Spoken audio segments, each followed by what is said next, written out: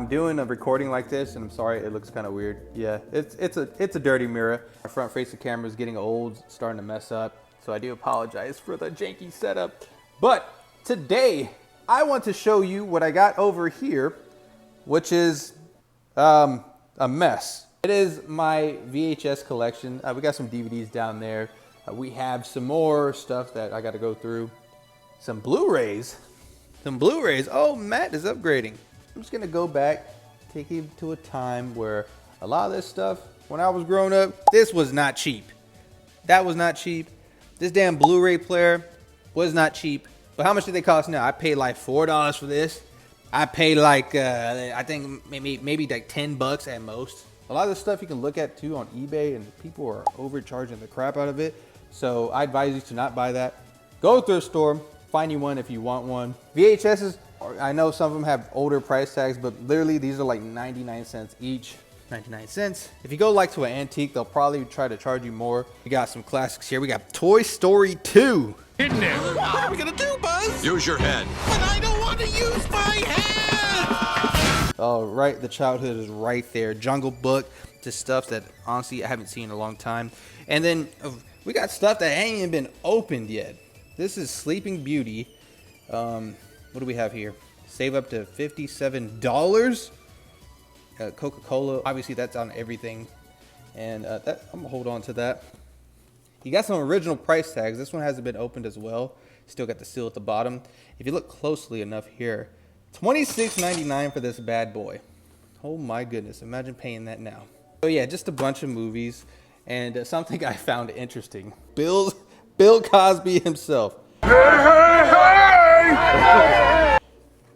You think that's worth some money? I don't think so.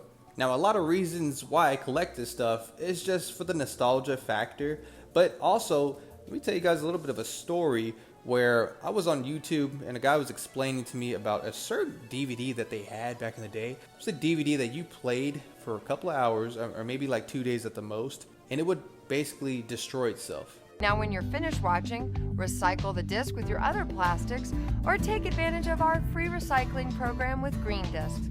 We'll turn those expired discs into new FlexPlay DVDs and displays. And think of all the gas you'll save by avoiding that trip back to the video store. And that kind of threw me off because I was like, why would they make a DVD like that? Upon further investigation, a lot of these companies, their intentions were not to give you physical media at all. I don't think anybody can tell you with any precision what the next 5 to 6 years are going to look like, and whether or not the intrusion of the VCR will have a cataclysmic or a beneficent effect on the movie business. It wasn't a good year for the movie business, although it did make a record-breaking recovery last Christmas. But the overwhelmingly interesting fact of 1985 was this: Hollywood studios, for the first time in their history, actually made more money from the sale of video cassettes, not the rental, but the sale of video cassettes, than they did from the sale of tickets at movie theaters.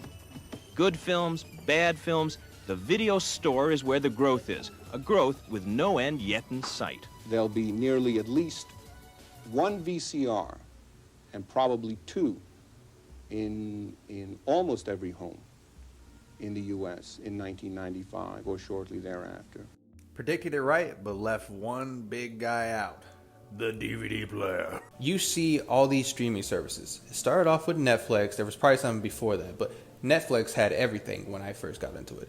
It was cheap to pay. You could basically find any title in that catalog that they offered.